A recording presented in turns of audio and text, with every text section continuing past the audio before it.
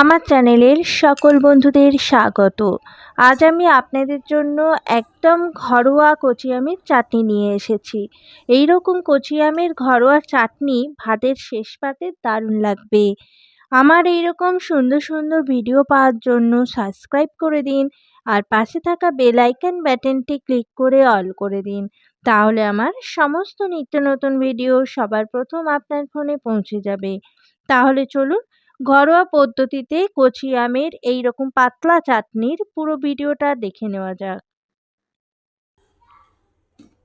ঘরোয়া পদ্ধতিতে কচি আমের চাটনি তৈরি করার জন্য ছোট ছোট আম নিয়ে নিলাম। ছোট ছোট আম নিলে গন্ধটা বেশি ভালো লাগবে, বড় আমের যে কচি গন্ধটা থাকবে না, সেই জন্য আমি এই রকম ছোট ছোট আম নিয়ে নিলাম। গাছ থেকে পড়েছে সেই রকমই ছোট ছোট আম আমি নিয়ে নিয়েছি। এবার আমের খোলা ছাড়িয়ে আমগুলো কেটে নেব। আমের খোলা ছাড়িয়ে নিয়ে আমগুলো কেটে নিয়েছি। তার আগে অবশ্যই আমগুলো ভালো করে ধুয়ে নিয়েছি। তারপরেও হাতে দেখুন আঠা আঠা লেগে আছে। আবারও ভালো করে আমগুলো ধুয়ে নেব। খুব ভালো করে ধুয়ে নিয়েছি আর আঠা আঠা ভাব নেই।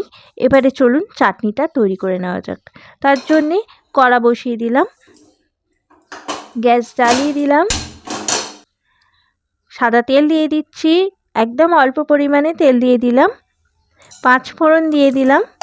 5 ফোড়নটা একটু ভাজা ভাজা হবে, তবে 5 ফোড়নের গন্ধটা খুব ভালো লাগবে খেতে। ভাজা হয়ে গেছে, এবারে জল দিয়ে দিচ্ছি। 1 গ্লাস জল দিয়ে আমগুলো দিয়ে দিলাম। তারপরে যতটা জল লাগে দেব। আর একটু জল দিয়ে দিলাম, আর একটু নুন দিয়ে দিলাম। নুন দিলে চাটনির টেস্টটা ভালো লাগবে খেতে। সামান্য একটু হলুদ দিয়ে দিলাম। খুব বেশি হলুদ দেব না, এইরকমই সামান্য হলুদ দিয়ে দিতে হবে। জলটা একটু গরম হলে তখনই হলুদ দেবেন।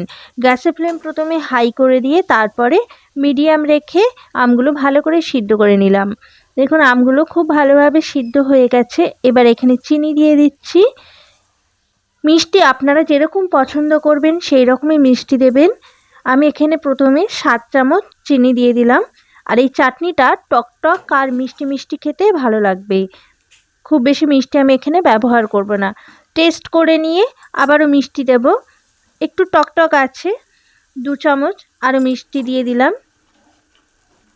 এই চাটনিটা আপনারা সর্ষে ফোড়ন দিয়েও করতে পারেন, তবে আমার 5 ফোড়ন দিয়ে খেতে বেশি ভালো লেগেছে। আর বেশি ফোটাবো না, গ্যাস বন্ধ করে দিলাম। আমার একদম রেডি হয়ে গেছে কচি আমের এই চাটনিটা।